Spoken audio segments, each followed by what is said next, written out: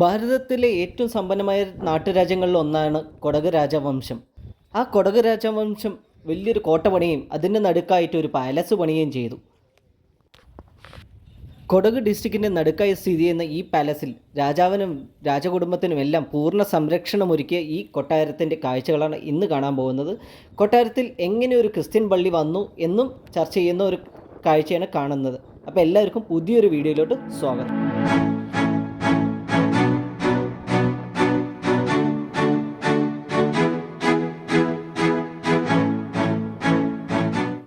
കൊട്ടാരത്തിന് മുന്നിലെ വലിയ പീരങ്കികൾ കാണാൻ പറ്റും. നൂറ്റാണ്ടുകൾക്ക് മുമ്പേ ഉപയോഗിച്ച ഈ പീരങ്കികൾ ഇന്നും അവിടെ വെച്ചിട്ടുണ്ട്. 17ാം നൂറ്റാണ്ടിൽ കൊടക് രാജാവായ മുദ്ദുരാജ പണികഴിപ്പിച്ചാണ് ഈ കോട്ടയും അതിനകത്തുള്ള ഈ പാലസും. അതിനുശേഷം 18ാം നൂറ്റാണ്ടിൽ ടിപ്പു സുൽത്താൻ ഇവിടം ഭരിക്കാൻ വരികയും അതിനുശേഷം അവർ ഈ കോട്ടയുടെ പാലസിൻ്റെ പല ഭാഗങ്ങളും പുതുക്കി പണിയുകയും ചെയ്തു. പിന്നീട് അത് ബ്രിട്ടീഷുകാർ ഏറ്റെടുക്കുകയും അതിനുശേഷം ഇതിനെ മെക്കാറ എന്ന ഫോർട്ട് എന്ന പേരിലേക്ക് മാറ്റി. പിന്നീട് അത് ഗവൺമെൻറ് ഏറ്റെടുത്ത് മടിക്കരി ഫോർട്ട് തന്നെയാക്കി മാറ്റി ഇതിൻ്റെ പേര്. ഇപ്പോൾ ഇത് ഡെപ്യൂട്ടി കമ്മീഷണറുടെ കാര്യാലയവും താമസ സ്ഥലവും കൂടിയാണ്. ഇപ്പോഴും പഴയ കോട്ടയുടെ പഴയ അവശേഷിപ്പുകളും അതുപോലെ തന്നെ ഈസ്റ്റ് ഇന്ത്യ കമ്പനിയുടെ പല ഭാഗങ്ങളിലുള്ള കെട്ടിടങ്ങൾ കാണാൻ പറ്റും. കോട്ടയുടെ ഒരു വശത്തായിട്ട് 2 വലിയ ആനകളുടെ സ്തൂപം കാണാൻ പറ്റും.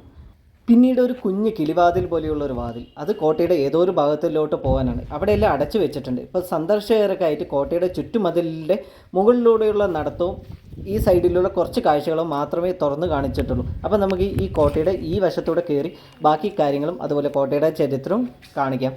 ഈ ഭാഗത്തൂടെ ഇങ്ങനെ നടക്കുമ്പോൾ നമ്മൾ പാലക്കാട് കോട്ടയിലൂടെ നടന്ന ഒരു ഫീലിംഗ് ഉണ്ട്. കാരണം എന്താ വെച്ച് കഴിഞ്ഞാൽ പാലക്കാട് കോട്ട നിർമ്മിച്ചതും ഈ ഹൈദരാലി പറയുന്ന ആളും എല്ലാം ഈ കർണാടക ഭാഗത്തിൻ്റെ ഭാഗമാണല്ലോ. എന്നതുപോലെ തന്നെ ഇവിടെയും അതേ ഡിസൈനിങ് തന്നെയാണ്. ഇവിടെ ശിവക്ഷേത്രമാണുള്ളത്. ഓംകാരേശ്വര ക്ഷേത്രമാണ് ഇവിടെ സ്ഥിതി ചെയ്യുന്നത് കേട്ടോ. ഒരു ഓട്ടോറിക്ഷയ്ക്ക് സുഖമായി പോകാൻ പറ്റുന്നതാണ് ഈ കോട്ടമതിലിൻ്റെ നടപ്പാതയുള്ളത്. അതിലൂടെ ഇങ്ങനെ നടക്കുമ്പോഴാണ് നമുക്ക് ഓരോരോ ഗൺ പോയിൻറ്റുകളും അതുപോലെ തന്നെ തുരങ്ക മുഖങ്ങളും എല്ലാം കാണാൻ പറ്റുന്നത്. ഇതൊരു ഗൺ പോയിൻ്റാണ് കേട്ടോ. അതായത് ഒരാൾക്ക് കഷ്ടിച്ച് നിൽക്കാൻ പറ്റുന്ന എന്നാൽ എല്ലാ ഭാഗത്തും ഒരു ചെറിയ ദ്വാരങ്ങളുള്ളൂ. ഇതിലെല്ലാം ഗണ്ണ് തുരുകി വെച്ചിട്ടാണ് എതിരാളികളെ ഇവിടെ നിന്ന് പടയാളികൾ വെടിവെച്ചിടാറ്. ഇവിടെ നിന്ന് നോക്കിയാൽ മടിക്കേരിയുടെ ഒരു പരിധി വരെയുള്ള ഭാഗങ്ങൾ കാണാൻ പറ്റും. ഈ ടൗണിൻ്റെ കാഴ്ചകൾ ഈ ഓട്ടയിലൂടെ കാണാൻ പറ്റും. ഇവിടെ നിന്നാലാണ് കോട്ടയുടെ പല വേറെ ഭാഗങ്ങളും ഓഫീസ് മുറികളും എല്ലാമാണ് ഈ കാണുന്നത്. എല്ലാം ചെതലടിച്ചും കാട് പിടിച്ചും നശിച്ചു കൊണ്ടിരിക്കുന്നത്. പക്ഷേ ഈ ഒരു സ്ഥലവും കൊട്ടാരവും മാത്രമാണ് ഇപ്പോൾ സംരക്ഷിച്ചു കൊണ്ടിരിക്കുന്നത്. കാരണം ബാക്കി മുറികളെല്ലാം സംരക്ഷിക്കാനുള്ള ഒരു പദ്ധതി വന്നിട്ടുണ്ടാവില്ലായിരിക്കാം. അതുകൊണ്ടായിരിക്കണം കേട്ടോ. ഇപ്പോൾ ഇത് വീണ്ടും റെനോവേറ്റ് ചെയ്യണം. പണ്ട് ടിപ്പു സുൽത്താൻ്റെ കാലത്ത് ഇതിൽ മാർബിൾ കൊണ്ടുള്ള ബിൽഡിങ്സും ടൈൽസും എല്ലാം പതിച്ചതിന് ശേഷം ഇപ്പോൾ റീബിൽഡ് ചെയ്തുകൊണ്ടിരിക്കണം. ഇപ്പോൾ ഇത് അരികിലായിട്ട് ഒരു ചർച്ചുണ്ട്. ഈ ചർച്ചിൻ്റെ കഥയാണ് ഇനി പറയാൻ പോകുന്നത്. ഇവിടേക്ക് പോകാനും ടിക്കറ്റുണ്ട്. കോട്ട കാണാൻ ടിക്കറ്റില്ല. പക്ഷേ ഈ ചർച്ചും മ്യൂസിയവും ചേർന്നിട്ടുള്ള ഈ ഒരു ബിൽഡിംഗ് കാണാൻ നമുക്ക് ടിക്കറ്റ് ചാർജ് ഉണ്ട് കേട്ടോ. അപ്പോൾ ഫസ്റ്റ് തന്നെ കാണുന്നത് ഒരുപാട് കൽശില്പങ്ങളും അതുപോലെ തന്നെ വീരക്കല്ലുകളും ശൂരക്കല്ലുകളും അതുപോലെ കുറേ അമ്പലങ്ങളുടെ പ്രതിഷ്ഠകൾ അതുപോലെ വേറെ കുറേ രൂപങ്ങളും എല്ലാം ഇവിടെ കൊത്തിവെച്ചതിൻ്റെ രൂപങ്ങളെല്ലാം ഇവിടെ കൊണ്ടുവന്ന് വെച്ചിട്ടുണ്ട്. ഇത് കർണാടകയുടെയും മടിക്കേരിയുടെയും പല ഭാഗത്തും അതുപോലെ തന്നെ ഈ കോട്ടയിലെ ശില്പങ്ങളൊക്കെ തന്നെയാണ് ഇവിടെ വെച്ചിരിക്കുന്നത് കേട്ടോ. അതായത് ബ്രിട്ടീഷ് ഇന്ത്യ കാലഘട്ടത്ത് യുദ്ധമൊക്കെ നടന്നിട്ടുണ്ടായിരുന്നു. അതിനുശേഷം വന്ന ഒരുപാട് ശേഷിപ്പുകളും ഇവിടെ തന്നെയുണ്ട്. ഈ കാണുന്നതൊരു അയ്യപ്പ വിഗ്രഹമാണ്. ഇത് തൊട്ടടുത്തുനിന്ന് കിട്ടിയ ഒരു അയ്യപ്പ വിഗ്രഹം എന്നാണ് പറയുന്നത്. കർണാടകത്തിൽ അന്ന് അയ്യപ്പ സ്വാമിയെ ആരാധിച്ചിരുന്നു എന്നതിനെ തെളിവാണ് കേട്ടോ. കയറുമ്പോൾ തന്നെ 2 ദാരു ശില്പങ്ങളാണ് അകത്ത് വെച്ചിരിക്കുന്നത്. ഇത് പാലസിൻ്റെ ഭാഗം തന്നെയായിരുന്നു. പിന്നെ കുറേ നാണയങ്ങളും ഇതെല്ലാം. ഇതൊരു തീർത്തും ഇംഗ്ലണ്ട് മാതൃകയിലുള്ള ഒരു പള്ളിയാണ് ഇവിടെ പണി കഴിപ്പിച്ചിട്ടുണ്ടായിരുന്നത്. ഈസ്റ്റ് ഇന്ത്യ കമ്പനിയുടെ പടയാളികളാണ് ഇവിടെ നിർമ്മിച്ചത്. അതും ഈസ്റ്റ് ഇന്ത്യ കമ്പനിയുടെ നിർദ്ദേശപ്രകാരമുള്ള എഞ്ചിനീയറിംഗ് മികവോടെയാണ് ഇവിടെ അവർ പണി കഴിപ്പിച്ചിരിക്കുന്നത്. ഇവിടെ ഇംഗ്ലണ്ടിൽ നിന്ന് വന്ന പുരോഹിതനായിരുന്നു ഇവിടെ എല്ലാം പ്രാർത്ഥനാ കാര്യങ്ങളെല്ലാം ചെയ്തിട്ടുണ്ടായിരുന്നു. അതിനുശേഷം ഇൻഡിപെൻഡൻസിന് ശേഷം ഈ പള്ളി പോയി അതിനുശേഷം ഗവൺമെൻറ് ഓഫ് ഇന്ത്യ ഏറ്റെടുക്കുമായിരുന്നു. പിന്നെ ഇതിന് മ്യൂസിയത്തിന് ശേഷം ഈ പാലസും കോട്ടയുടെയും മടിക്കേരിയുടെ പല ഭാഗത്തു നിന്നുള്ള കുറേ ശേഷിപ്പുകളും അതുപോലെ തന്നെ ഈ പടയ ഉപകരണങ്ങളെല്ലാം കണ്ടെത്തിയിട്ടുണ്ട്. ഈ കാണുന്നത് ഏറ്റവും ചെറിയ പീരങ്കിയാണ് കേട്ടോ. ഒരു പക്ഷേ ഇന്ത്യയിൽ ഇവിടെ മാത്രമേ കാണാൻ പറ്റുള്ളൂ. ഇത് ഈസ്റ്റ് ഇന്ത്യ കമ്പനിയുടെ ഏറ്റവും ചെറിയ രീതിയിലുള്ള ഒരു പീരങ്കിയാണ് ഈ കാണുന്നത്. ഇതും പീരങ്കേറ്റ് അന്ന് യുദ്ധത്തിന് യൂസ് ചെയ്തതാണ്. ഇന്നിപ്പോൾ അത് പുരാവസ്തുവായിട്ട് ഇവിടെ സൂക്ഷിച്ചിട്ടുണ്ട്. അതുപോലെ തന്നെ ഒരുപാട് നാണയങ്ങൾ, ടൈപ്പ് റൈറ്ററുകൾ, പിന്നെ ഈ കാണുന്നതെല്ലാം ചെമ്പ് തകിടുകളാണ്. അതായത് ഡോക്യുമെൻറ്റ്സിന് പകരം, അതായത് ഒരു പ്രോപ്പർട്ടിയുടെ ഡോക്യുമെൻറ്റ്സിന് പകരമുള്ള എല്ലാ കാര്യങ്ങളും അന്ന് പേപ്പറിന് പകരം ചെമ്പ് തകിടിലാണ് എഴുതിയിട്ടുള്ളത്. പിന്നെ പുലിയുടെയും ഈ കാണുന്ന വലിയൊരു ആമാടപ്പെട്ടിയാണ് ഇത്, ആഭരണപ്പെട്ടിയൊക്കെയാണ്. പിന്നെ കുറേ ദാരുശില്പങ്ങൾ, ഇതെല്ലാം അമ്പലങ്ങളിൽ നിന്നും അതുപോലെ തന്നെ കൊട്ടാരത്തിൻ്റെ പല ഭാഗത്തു നിന്നും മുമ്പ് പൊളിച്ചെടുത്ത ഭാഗങ്ങളിൽ നിന്നും എല്ലാം കൊണ്ടുവന്ന് വെച്ചിട്ടുണ്ട്. പിന്നെ കുറേ വീട്ടുപകരണങ്ങളും ആയുധങ്ങളും എല്ലാം ഉണ്ട്. പിന്നെ അമ്പലത്തിൽ നിന്ന് വരുന്ന കുറേ മുഖമണ്ഡപങ്ങളും മേൽക്കൂരകളിൽ വരുന്ന കാര്യങ്ങളെല്ലാം ഉണ്ട്.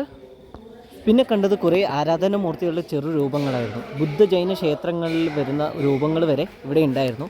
പലതിനും തലയില്ലാതെയും പലതും പൊട്ടിയിട്ടൊക്കെയായിരുന്നു ഉണ്ടായിരുന്നത് കേട്ടോ. പിന്നെ അതുകൂടാതെ പണ്ട് ഇന്ത്യയിൽ ഉപയോഗിച്ചിരുന്ന ഫോറിനും അതുപോലെ ഇന്ത്യൻ നാണയങ്ങളും ഇവിടെ ഉണ്ടായിരുന്നു. അതിൻ്റെ ഒരു കമനീയ ശേഖരം തന്നെ പറയട്ടോ. ഒരുപാട് നാണയത്തിൻ്റെ ശേഖരം തന്നെ കാണാൻ പറ്റും.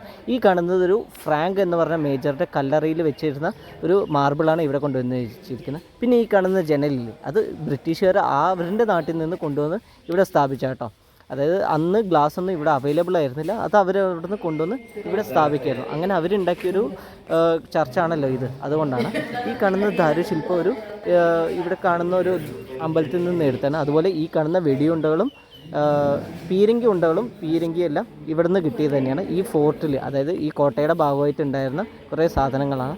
പിന്നെ ഈ കാണുന്നതെല്ലാം അന്നുണ്ടായിരുന്ന ഭാരം തൂക്കുന്ന കല്ലുകളാണ്, ഭാരക്കല്ലുകളെന്ന് എഴുതിയിട്ടുണ്ട്. അതിൽ അന്ന് നമ്മുടെ ഭാരതത്തിൽ ഈ ഹിന്ദുസവും അതുപോലെ തന്നെ ബുദ്ധിസവും എല്ലാം തിരിച്ചു വരുന്ന ഒരു കാലഘട്ടമായിരുന്നു. അതായത് കുറേ ഹിന്ദു ക്ഷേത്രങ്ങൾ ബുദ്ധിസ്റ്റ് ക്ഷേത്രങ്ങൾ ജൈന ക്ഷേത്രങ്ങളായി മാറിയിട്ടുണ്ട്. അതുപോലെ ജൈന ക്ഷേത്രങ്ങൾ തിരിച്ച് ഹിന്ദു ക്ഷേത്രമായിട്ടും മാറിയിട്ടുണ്ട്. അതുപോലെ തന്നെ ക്രിസ്ത്യാനിറ്റി മുസ്ലിം ആ കാലഘട്ടമൊക്കെ ഭയങ്കര കമ്മിയായിരുന്നു അങ്ങനെയുള്ള ജാതിക്കാരൻ്റെയൊക്കെ. കാരണം എന്താണെന്ന് വെച്ച് കഴിഞ്ഞാൽ അന്ന് ഇവിടെ പതുക്കെ സ്പ്രെഡ് ആവുന്നുള്ളൂ മറ്റുള്ള ജാതിക്കാർ. അങ്ങനെയുള്ള കുറേ സംഭവങ്ങൾ, അതായത് ആ അമ്പലത്തിലും അവിടെ വന്ന ബാക്കി കാര്യങ്ങളെല്ലാം ഇവിടെ കൊണ്ടുവന്ന് വെച്ചിട്ടുണ്ട്. ഈ കാണുന്നത് ഇവിടുത്തെ രാജാവായിരുന്ന രാജാവിൻ്റെ ഉടയാഭരണങ്ങളും അതുപോലെ തന്നെ വാള് അവർ ഉപയോഗിച്ചിരുന്ന പല വീട്ടുപകരണങ്ങളും എല്ലാം ഇവിടെ വെച്ചിട്ടുണ്ട്. പിന്നെ ഈ കാണുന്നത് ഗണ്ണിൻ്റെ ഒരു വലിയ ശേഖരം കേട്ടോ. അന്നുണ്ടായിരുന്ന നാടൻ ഗണ്ണ്, അതായത് നിറപ്പൻ ഗണ്ണുകളുടെ ഒരു ശേഖരം, അതുപോലെ തന്നെ ബ്രിട്ടീഷുകാരുടെ തോക്കുകളുടെയും ഒരു ശേഖരം ഇവിടെ വെച്ചിട്ടുണ്ട്. പിന്നെ കണ്ടത് കുറേ ഫോട്ടോസാണ്. അത് ഇവിടെ കാണുന്ന നന്നങ്ങാടി, കുടക്കല്ല് അങ്ങനെയുള്ള സാധനങ്ങളെല്ലാം തന്നെ ഈ മടിക്കരി ഭാഗത്ത് കണ്ടിട്ടുണ്ടായിരുന്നു. കുടകിൻ്റെ പല ഭാഗത്തും ഇതുപോലെയുള്ള ശേഷിപ്പുകൾ കണ്ടിട്ടുണ്ട്. അതുകൂടാതെ തന്നെ ഈ ഫോർട്ടിൻ്റെയും പാലസിൻ്റെയും ബാക്കി പണ്ടുണ്ടായിരുന്ന കുറേ ഓഫീസുകളുടെയൊക്കെ ഫോട്ടോഗ്രാഫികളും അതുപോലെ തന്നെ രാജാവ് അന്ന് അവിടെ കൊട്ടാരത്തിൽ യൂസ് ചെയ്തിട്ടുണ്ടായിരുന്ന പല ഉപകരണങ്ങളും വീട്ടുപകരണങ്ങളും എല്ലാം തന്നെ വീഡിയോയുടെ ആദ്യം കാണിച്ച ആ വലിയ ബിൽഡിംഗ് ഉണ്ടായിരുന്നു, ഒരു പാലസ്, അവിടെ നിന്ന് ഇങ്ങോട്ട് കൊണ്ടുവച്ചതായിരിക്കണം. ഇതുപോലെയുള്ള പല ഉപകരണങ്ങളും ഇവിടെ കാണുന്നുണ്ട്. ബാക്കി പലതും അവിടെ തന്നെ ഉണ്ടെന്നാണ് തോന്നുന്നത്. കാരണം എന്താ വെച്ച് കഴിഞ്ഞാൽ അത് റിനോവേറ്റ് ചെയ്തതിന് ശേഷം അവിടെയും കുറേ കാര്യങ്ങൾ കാണാനുണ്ടെന്ന് ഇവിടെ ചോദിച്ചപ്പോൾ പറഞ്ഞു കേട്ടോ. അപ്പോൾ ഇങ്ങനെയുള്ള കുറേ കാര്യങ്ങൾ ഈ മ്യൂസിയത്തിലുണ്ട്. അതുപോലെ തന്നെ കൊടകിൻ്റെ പഴയ ഫോട്ടോസും, അതായത് ബ്രിട്ടീഷുകാർ എടുത്ത കുറേ ഫോട്ടോസും നാണയങ്ങളുടെ കാര്യങ്ങളും എല്ലാം തന്നെ ഫോട്ടോഗ്രാഫി ആയിട്ട് ഇവിടെ വെച്ചിട്ടുണ്ട്. അതുകൂടാതെ തന്നെ തൊട്ടടുത്തുള്ള അമ്പലങ്ങളും ആരാധനാലയങ്ങളുടെയും ഒരു പഴയ പിക്ചറുകളുടെ ഒരു കളക്ഷൻ ഉണ്ടായിരുന്നു. അപ്പോൾ ഇത്രയൊക്കെയാണ് ഈ മ്യൂസിയത്തും അതുപോലെ ചർച്ചിൻ്റെ കാഴ്ചകൾ. ഇനി ഇതിൻ്റെ പുറത്ത് എന്താ വെച്ച് കഴിഞ്ഞാൽ കുറച്ച് കാഴ്ചകളും കൂടിയുണ്ട്, അതും കൂടി കാണാം കേട്ടോ. ഇവിടെ പുറത്ത് വലിയൊരു കൊക്കറിനുണ്ട്. അത് ഈ ബ്രിട്ടീഷുകാർ കെട്ടിയതാണോ അതിനു മുമ്പ് കെട്ടിയതാണോ അതിന് ശേഷം കിട്ടിയതാണോ എന്നറിയില്ല. വലിയൊരു കൊക്കറിനെയാണ്. അതിൽ ഇന്നും വെള്ളമുണ്ട്, വെള്ളം അതിന് ഇന്നും ഉപയോഗിക്കുന്നുണ്ട്. ഇത്രയും വലിയ പൊക്കത്തിലുള്ള ഫോർട്ടിൻ്റെ മുകളിൽ വലിയൊരു കൊക്കറിനാണ് കേട്ടോ. അപ്പോൾ അത് ഇന്നും ഉപയോഗിക്കുന്ന ഒരു കിണറാണ് അവിടെയുള്ളത്. പിന്നെ അതുകൂടാതെ ബ്രിട്ടീഷുകാർ കെട്ടിയ ഒരുപാട് കെട്ടിടങ്ങൾ ഇന്നും അവിടെ കാണാം. ചിലപ്പോൾ ഫാക്ടറിയോ അല്ലെങ്കിൽ ഓഫീസ് കാര്യാലയങ്ങളൊക്കെ എല്ലാമായിരിക്കും അത്. അതിൻ്റെ ഒന്നും ഇപ്പോൾ പുരോഗമനം ഒന്നുമില്ല, അതങ്ങനെ അടച്ചു പൂട്ടി കിടക്കണം കേട്ടോ, കാട് പിടിച്ച് കിടക്കണം ആ സൈഡ് മുഴുവൻ.